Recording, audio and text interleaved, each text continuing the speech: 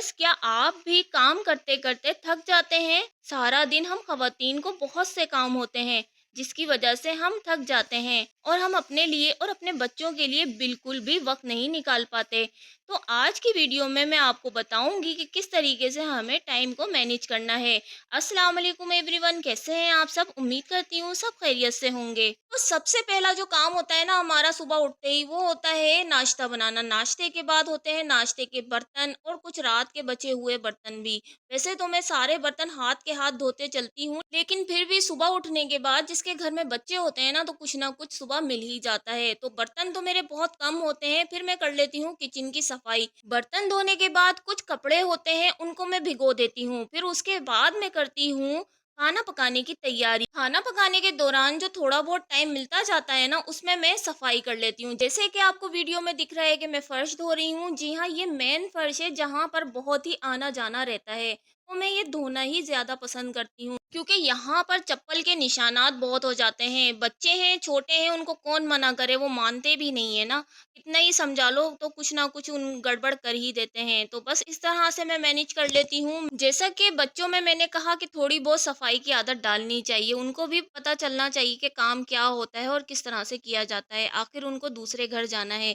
तो मेरी दोनों बेटियां ना रूम को क्लीन कर लेती हैं और बाकी का काम मैं मैनेज कर लेती हूँ। और देखें व्यूअर्स, इस बार ना मैं झाड़ू के बजाय ना ये लॉन्ग हैंडल वाला जो ब्रश होता है ना, ये जो ब्रूम होता है, ये मैं लेकर आई हूँ। क्योंकि इससे क्या होता है कि जिसके जैसे कमर वगैरह में दर्द होता है ना, जैसे कि मेरे भी होता है, तो मुझे बैठ के झाड़ू मुझसे लगाई नहीं जाती। और भी लेडीज़ हैं, उनसे बैठ के झाड़ू नहीं लगती, खड़े होने पे चक्कर आता है।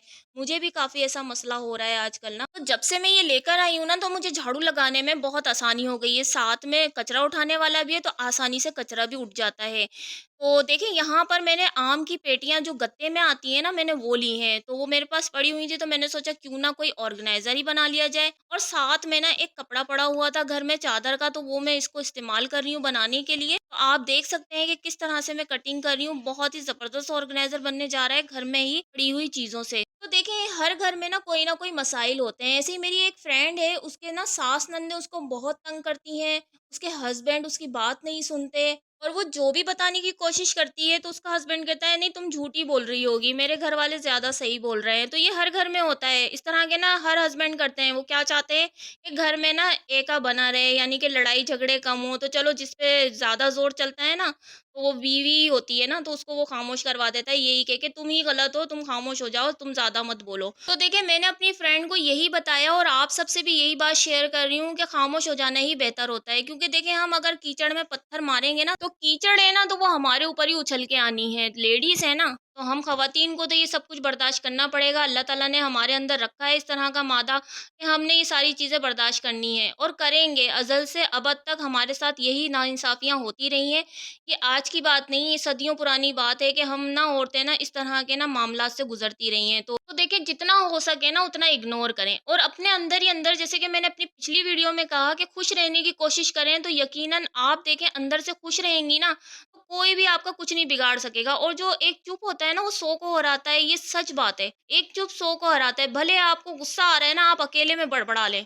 जितना जी चाहे अपने आप को बोल लें, शीशे के आगे खड़े हो जाएँ, बोलते रहें। उसको ज़हन में रख के ना, जो भी आपको कहना है ना, उस इंसान को ज़हन में रख के शीशे के आगे उसको बोलते रहें। या फिर आप ऐसे कर लें कि अगर आपको उसकी बात बुरी लगी है ना, तो दिल में सोचें पागल है। सच में आप यकीन जानें, आपका ना दिल खुद ब खुद ही ना हँसने लग जाएगा अंदर से। जब जैसे वो लड़ रहा होगा ना, बदतमीज़ी कर रहा होगा, वो अपनी औकात दिखा रहा है। जो भी आपसे लड़ रहा है, आपको ना तंग कर रहा है, आपको ज़लील कर रहा है, तो वो ना अपनी औकात दिखा रहा है और कुछ नहीं कर रहा। तो आप यही समझें कि वो पागल है। आप उसकी शक्ल की तरफ देखेंगे ना, यकीन करें मुझे भी हँसी आ जाती है। अक्सर मेरे साथ भी होता है ना, कभी-कभी तो मैं दिल में ऐसे ही सोचती हूँ कि वो पागल है, तो मुझे हँसी आ जाती है। और अभी भी देखिए, मुझे हँसी आ रही है सोच के। तो आपको जब हँसी आएगी ना, तो आपको खुद लगेगा कि वाक़ई में वो पागल है जो बोल रहा है आपको। और ये बात सच भी है, दूसरे ना खुश नहीं होते। कोई कामयाब हो रहा हो, कोई तरक्की कर रहा हो, किसी के पास मालो-दौलत आ रहा हो, जो कुछ भी अल्लाह ताला उसको नवाज़ रहा हो ना, तो वो समझते हैं शायद हमसे छीन के ना ये ग्रो कर रहा है, इसको ना अल्लाह ताला ने हमारा जो हिस्सा था ना, वो इसको दे दिया है। शायद वो अपना ही हक समझ रहे होते हैं। तो बस आप इग्नोर करें। और जो दुःख होते हैं ना, दुःख दर्द के पीछे ही कामयाबी है। अगर आप इसको लड़ लेंगे ना, इससे लड़ जाएँगे, तो यकीनन आप एक कामयाब इंसान हैं। तो वीडियो भी आप साथ-साथ देखते रहें कि मैं आपको क्या बताने की कोशिश कर रही हूँ कि जो मैंने ऑर्गेनाइज़र बनाया है ना, तो ये मैंने अपने बच्चों की अलमारी के लिए बनाए हैं। तो एक साइड पे देखें कितने सारे ना बिखरे हुए कपड़े हैं और इस तरह से रखने से कितना समेट गए। तो इस तरह के छोटे-मोटे जो कार्डबोर्ड के डब्बे होते हैं ना, घर में बिखरे पड़े रहते हैं, हम फेंक देते हैं ना, तो उनका आप इस तरह से रीयूज़ कर सकते हैं। और कहीं-कहीं क्या होता है कि जब औलाद तो हो जाती है, कहीं तो लोग औलाद के लिए तरस रहे होते हैं और जब औलाद हो जाती है और उसमें औलाद नरीना ना हो, तो तब भी औरत को ही ना ज़लील किया जाता है। उसको बोला जाता है तुम हमें बेटा नहीं दे सकीं। सास तो सास नंदे भी बोल रही होती हैं, उस बेचारी का क्या कसूर है? क्या मेडिकल प्रूफ नहीं है कि ये सब कुछ औरत के हाथ में नहीं, मर्द के हाथ में होता है? हम सोचते हैं हम नए ज़माने में जी रहे हैं, न्यू जनरेशन है। नहीं बहन, हम वही पुराने ज़माने में जी रहे हैं और अभी भी इस तरह की टिपिकल सोच वाले ना लोग इस दुनिया में बाकी हैं। और पुराने बुजुर्ग तो कहते थे कि जो औलाद होती है ना वो मर्द के नसीब की होती है और जो दौलत होती है ना वो औरत के नसीब की होती है। तो मुझे तो इस बात पे पक्का यकीन है। तो चलें, एक तरफ तो ये बात हो गई ना कि औलाद नहीं है, कहीं औलाद नहीं है और कहीं पर औलाद नरीना नहीं है। लेकिन जहाँ पर औलाद भी हो और औलाद नरीना भी हो, अल्लाह ताला ने दोनों चीज़ें दे रखी हों और पैसा भी दे रखा हो, तो वहाँ पर भी कुछ ना कुछ मसले मसाइल होते हैं। आदमी हो या फिर ना आपके जो ख़ानदान के आस-पास के लोग हों या फिर ससुराल वाले हों, कोई ना कोई आपको ज़रूर ना टोन करेगा, आपको ना तकलीफ़ें पहुँचाने की कोशिश करेगा। तो अवॉइड करें। मैंने अपनी पिछली वीडियो में भी कहा था कि ऐसे लोगों को अवॉइड करें, अपनी ज़िंदगी जिएँ, अपने बच्चों के साथ खुश रहें, अपने हस्बैंड के साथ खुश रहें और आपने किसी के बारे में नहीं सोचना, किसी को अपना नहीं बनाना सिवाय अपने हस्बैंड के और अपने बच्चों के। बस आप अपने बच्चों की तरबियत के बारे में सोचें, अपने हस्बैंड से प्यार मोहब्बत से पेश आएँ और उसको अपना इखलाक दिखाएँ। उस बोलें, अपने राइट्स के लिए भी बोलें, लेकिन हर जगह नहीं बोला जाता, कहीं-कहीं ना खामोश भी हो जाना पड़ता है। हमारे साथ भी ऐसे बहुत सारे मसले-मसाइल हुए हैं, लेकिन अब हम अल्लाह का शुक्र है एक-दूसरे के इतने करीब हैं कि हमारे आगे ना अब कोई भी ना जैसे आग होती है ना, वो भड़क भी नहीं सकती। अभी भी कहीं न कहीं ना छोटे-मोटे मसाइल हो जाते हैं, लेकिन अपनी समझदारी से ही ना औरत को हल करने होते हैं। तो भड़कने से या फिर ना चीखने-चिल्लाने से ना कोई भी मामला सँभलते नहीं हैं और बिगड़ जाते हैं। और एक बहुत अहम बात कि लोग कहते हैं हमारे पास ये नहीं है, हमारे पास वो नहीं है, ये रोना रोने लग जाते हैं। उसको देखो इसके पास ये है, तो वो कारों में घूम रहा है, तो उसके पास इतना बड़ा बंगला है। तो नहीं भई, अल्लाह ताला जो है ना वो सबको ना अपने ना तरीके से नवाज़ता है। जितने आपके नसीब में लिखा होगा ना उतना ही आपको मिलेगा।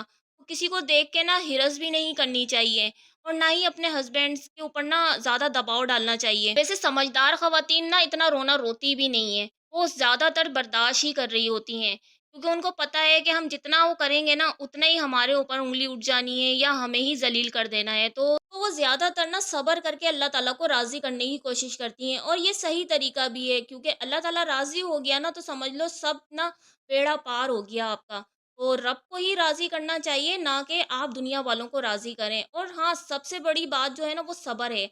सब्र जिस औरत ने कर लिया ना, तो वो उसको समझ लें दोनों जहान की खुशियाँ एक ना एक दिन ज़रूर मिल जानी है और ये हकीकत है। तो देखिए, मैंने सारा काम कर लिया था बातों ही बातों में घर का। आज मौसम बहुत अच्छा था और देखिए खुश रहने के ना बहुत सारे बहाने हैं। जैसे कि मेरा ये बहाना है कि मैंने बर्ड्स पाले हुए हैं, इस तरह से मैं इनको ना खाना वगैरह डालती हूँ, तो देखिए किस तरह से ये मेरे पीछे-पीछे आ रहा है। मैं इसकी ये हरकत देख के ही खुश हो जाती हूँ। मैं कब से इनको पाल रही हूँ, क्योंकि मुझे भी काफ़ी डिप्रेशन हो जाता था। मैं अपने जो रिलेटिव हैं उनसे शेयर करती थी, जो मुझे बहुत चाहते हैं, मुझसे प्यार करते हैं, तो मैं उनसे शेयर करती थी, तो वो मुझे कहती थी कि कुछ पाल लो या फिर कहीं दिल लगा लो, जैसे टीवी वगैरह देख लिया करो या फिर कोई म्यूज़िक लगा लिया करो, नमाज़ पढ़ो, दुआ माँगो, इस तरह के जैसे बहुत सारे वो मुझे ना एडवाइसेज़ देती थी। तो उन सब एडवाइसेज़ के साथ-साथ ना तो मैंने इनको भी पालना शुरू कर दिया। तो यकीन जाने इससे मेरा इतना दिल बहल जाता है और मेरा इतना अच्छा वक़्त ना जैसे टाइम पास हो जाता है कि सारे गम मैं भूल जाती हूँ इनके पास आके। इनकी छोटी-छोटी हरकतें ना मुझे बहुत पसंद हैं।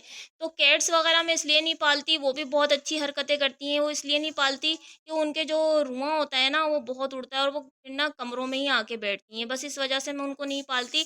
ये हमारा पीछे का थोड़ा-सा एरिया है, खाली पड़ा रहता है, जहाँ पर हम कपड़े वगैरह सुखाते हैं, तो मैंने वहाँ इनको ना रखा हुआ है। पहले मेरे पास बहुत सारे थे, अब ये ना कम हो गए, कोई बीमारी आई तो सारे चले गए, तो बस ये उनमें से 2 बचे हैं। तो देखें, सारी वीडियो का एक यही हल है कि ये जो दुनिया है ना, बहुत तल्ख़ चीज़ है और इसके अंदर जो दुनिया वाले हैं ना, वो बहुत मुश्किल से जीने देंगे। तो चाहे वो आपकी फैमिली से हों, रिश्तेदारों में से हों या फिर आपका हस्बैंड हो या फिर आपकी नंद, सास जो भी हो ना, सबसे बेहतरीन चीज़ अवॉइड करना है। जितना आप सब्र करेंगी, इनको इग्नोर करेंगी ना, उतना ही सब कुछ बेहतर हो जाएगा। उनकी बातों की तरफ तवज्जो ही नहीं दें। जो कोई भी आपको कुछ भी बोल रहा है ना, इग्नोर मारें।